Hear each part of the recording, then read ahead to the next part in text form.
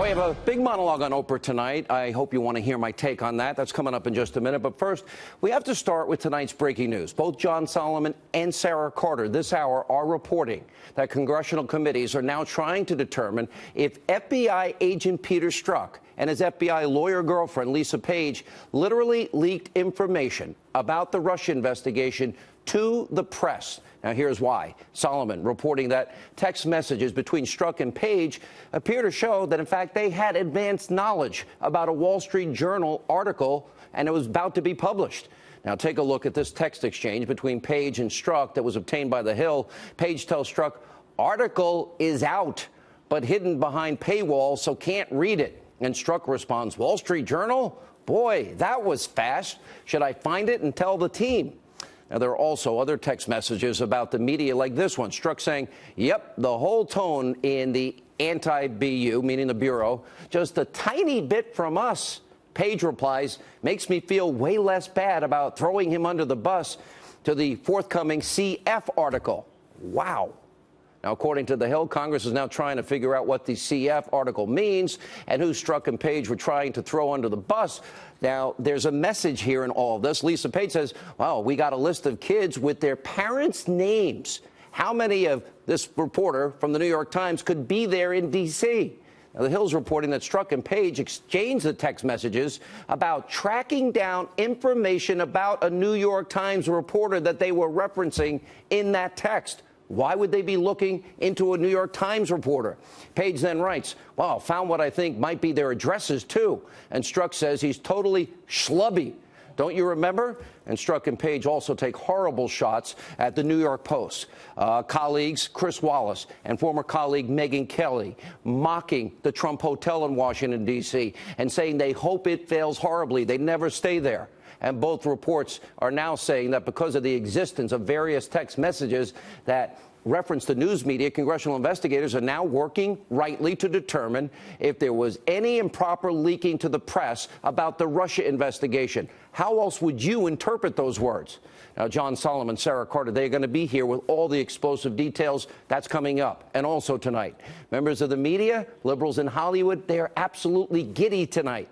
Over what? Oprah Winfrey's speech at the Golden Globes, which I would say was very good. Many are saying it sounded, and she sounded, presidential, and it was a campaign-style delivery.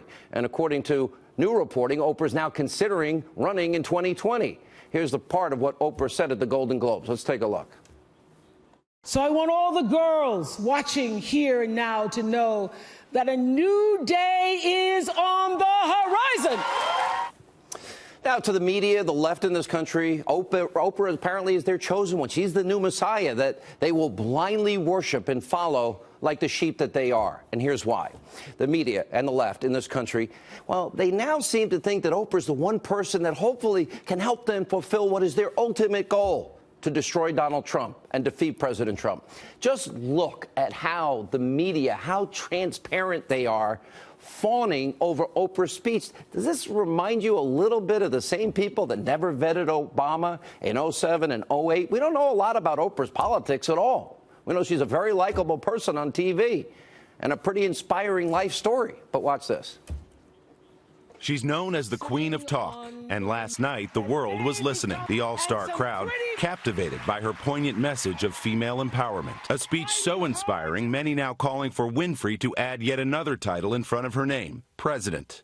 Oprah defining the night, bringing the audience to its feet, setting a new tone for Hollywood and men and women around the globe. After that speech, she had quite a few people in that room saying they sure did like the sound of President Winfrey. If she were to get in, the next day she'd probably be leading the fight for the Democratic nomination. She'd be leading the Democratic ticket. Nora, I was back in the one-on-one rooms while the speech was going on, and I will tell you this, everyone was mesmerized. That speech last night was not only empowering and inspirational, but I thought it also echoed a lot Hillary Clinton's concession speech. It was like 5 minutes of desperately needed therapy for anybody who was watching. You know, yes. She gave a speech that gave people hope, and it reminded people what is so great about this country and the strides that this country has made and how we still have so much to be hopeful for.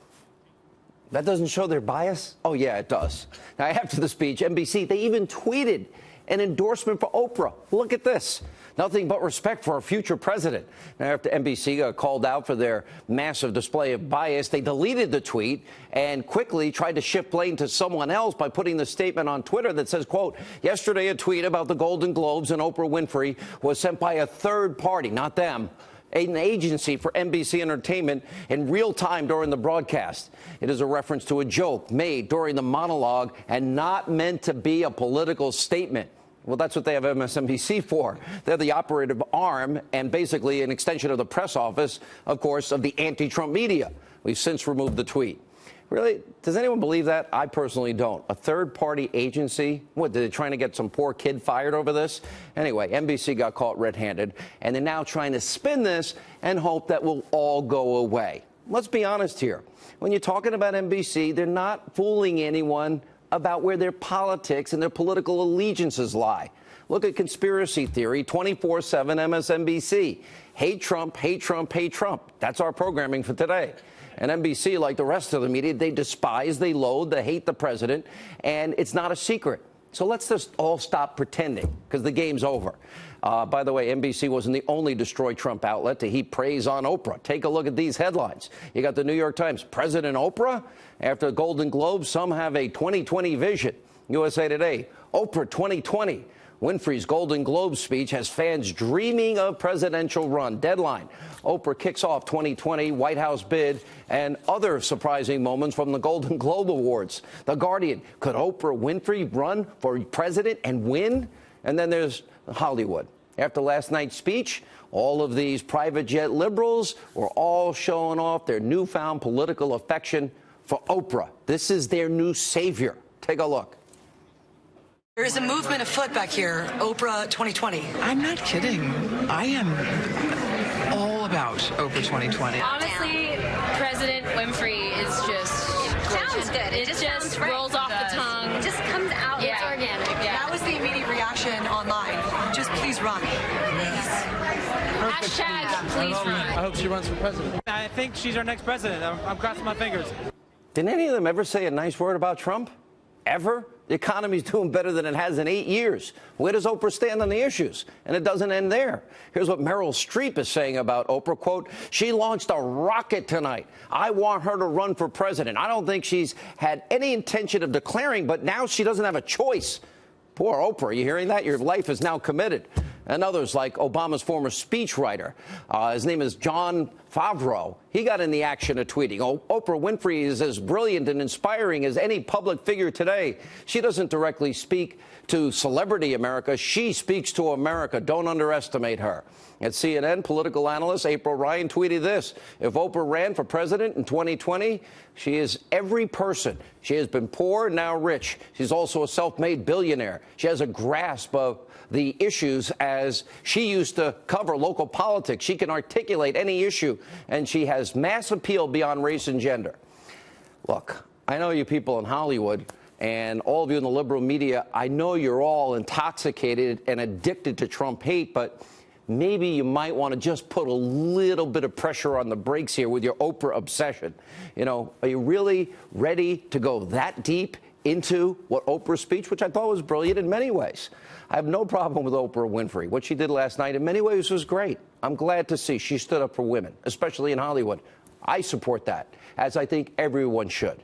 And I also think Oprah has a tremendous capacity for human empathy. If you've ever watched her show, she has an incredible, strong, personal story, overcoming sadness and tragedy in a horrible upbringing. I applaud her for what she's done in her life. And politically, all I know is that she supported Barack Obama. Other than that, I don't know that much about her in terms of running for president. And as to the media and the snowflake Hollywood left, take a deep breath. Control your giddiness. I know you hate Trump. Let's not jump on the Oprah 2020 train just yet. The economy's never been better in 8 years. And I know you don't like that this president actually stands up to North Korea and Iran, and he's not trying to bribe murdering dictators. You're going to have to get used to peace through strength, because it actually works. So buckle up. It's going to be a rough 3 years from here. Now, that's the problem with the left. I will never understand why they're looking for a messiah, a savior, somebody that's going to come in and save the country. We don't need another liberal chosen to fix our problems with more government. Reagan once said government is not the solution, it's the problem. We need more individual freedom in this country. We need more liberty in this country. We don't need more liberal policies out of Washington. Look at what those liberal ideas did to the economy and foreign policy in the last 8 years. Can you even look? You all loved Obama. His track record was atrocious. And so to all of you starstruck people out there tonight, looking for your next chosen one, you may want to relax and stop trying to buy your ticket on the Oprah 2020 train. And here's the other point tonight. The hypocrisy from the left, liberals, the Golden Globe, it's stunning. But sadly, it's not surprising. It's very predictable. Everyone, just like in the liberal media, everyone, to basically a person, praising Oprah. And by the way, to the degree Hollywood, for their movement about Me Too, et cetera, it's great what Oprah did by standing up for victims of sexual misconduct and abuse. I think it's awesome. But we can't forget that misconduct is and has been rampant in Hollywood for decades. I don't trust anyone that they really, in their deep heart of hearts, except the people that were victims, actually believe all they're saying at this point. Why? Because there's a lot of hypocrites out there on this specific issue. For example, remember how Hollywood embraced director Roman Polanski? This is a guy that was accused of raping multiple times a 13-year-old girl. This was in 1977. After, of course, he gave her champagne and Quaaludes. And at the time, Polanski was 43. He was eventually charged with 6 felony counts, but he fled to Europe before being sentenced. Now, you would think that after that, Hollywood would be completely in the business of disowning and renouncing Polanski. That never happened. Here's what it did instead. Back in 2003, Polanski won an Oscar for Best Director, and the celebrity-filled audience erupted in applause like I'd never heard before, even though Polanski can't come back to America because he was avoiding authorities overseas. Listen to the level of cheering when his name is called out by Harrison Ford. Watch this. Roman Polanski, for the pianist.